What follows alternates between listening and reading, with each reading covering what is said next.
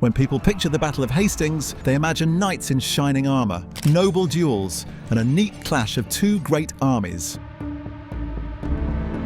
Hollywood loves to polish the chaos into a grand medieval showdown. The truth? Hastings was far grittier, bloodier, and more uncertain than the stories suggest. It wasn't about glory, it was about exhaustion, fear, and survival. Here's what really happened on that muddy October day in 1066. The popular image of Hastings shows two well-organised armies facing off, as if they were playing out a strategy board game. Reality looked nothing like that. Harold's Saxons stood in a shield wall on Senlac Hill, shoulder to shoulder, but it wasn't neat or cinematic. They were tired, angry men, some wielding farm tools and axes instead of polished swords. The ground itself worked against them, soaked and slippery from days of marching and battle. The Normans weren't much more glamorous. William's force was a mix of cavalry, archers and infantry, men from Normandy, Brittany and Flanders, speaking different dialects and thrown together under one banner. Communication was messy and fear spread quickly through both lines when the fighting dragged on for hours. Hastings was not a noble chess match. It was screaming chaos, soldiers stumbling over corpses and commanders struggling to keep order. The brutality was relentless. Blades hacked at shields, men suffocated under the crush, and arrows pierced through the gaps. It was less a battle and more a desperate, grinding push of flesh and steel. Yet the real shock isn't just how chaotic it was, it's how that chaos turned into an advantage for one side. The story often frames Harold's army as heroic defenders of England, holding their homeland against invaders. The reality is more complicated. Only weeks before Hastings, Harold had marched north to crush a Viking invasion at Stamford Bridge. He won, but at a terrible cost. His men were battered, bloodied, and forced to march almost 200 miles south in just a few days to face William. By the time they arrived, they were exhausted. Not every fighter at Hastings was a seasoned warrior either. Harold's housecarls, the elite axe-wielding bodyguards, were formidable, but many of his troops were feareds, local farmers and townsmen summoned for duty. They lacked the training, armour and endurance of professional soldiers.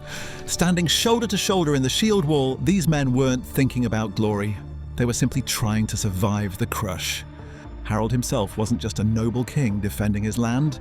He was a political player who had taken the throne after Edward the Confessor's death, despite rival claims.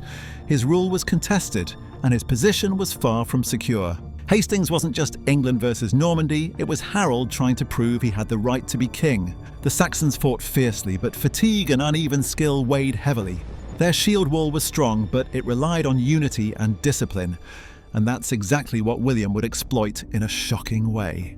It's tempting to say William won Hastings because he was braver or had better knights. That's only half the story. His army was equipped differently with a combination of cavalry, infantry and archers that gave him options Harold lacked. But the real turning point wasn't raw strength, it was cunning. Several times during the long day, Norman lines wavered. At one point, a rumour spread that William had been killed and panic rippled through his men. To stop the collapse, William rode forward, lifted his helmet and shouted that he was alive. That act steadied the army and turned near defeat into renewed confidence. Then came the strategy that cracked the Saxons. Feigned retreats. Norman cavalry pretended to flee in panic, luring Saxon soldiers to break from their tight shield wall and chase them downhill. Once gaps opened, William's forces turned and cut them down. What looked like chaos was carefully staged manipulation, and it worked. The use of archers also shifted the battle. With the Saxons holding firm, Norman arrows rained down, wearing away at morale. By late afternoon, the Saxons' line was stretched thin, and one fateful arrow, possibly striking Harold in the eye, left their king dead.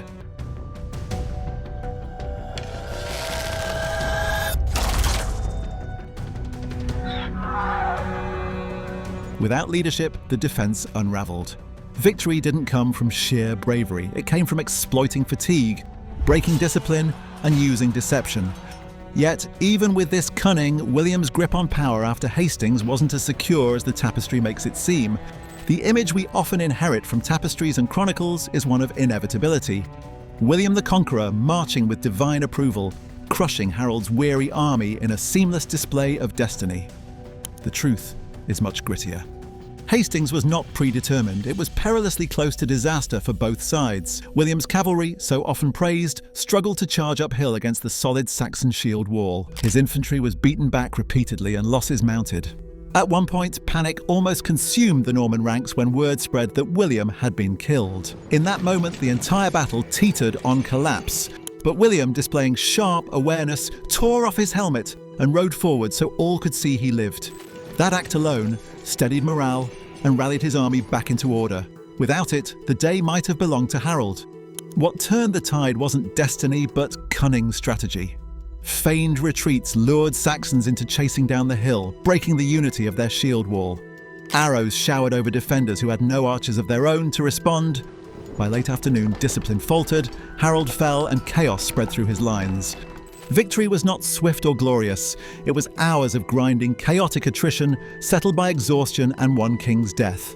Hastings became a turning point because William survived when he easily could have failed. And survival changed the course of England. Yet what followed proved more ruthless than the battlefield itself.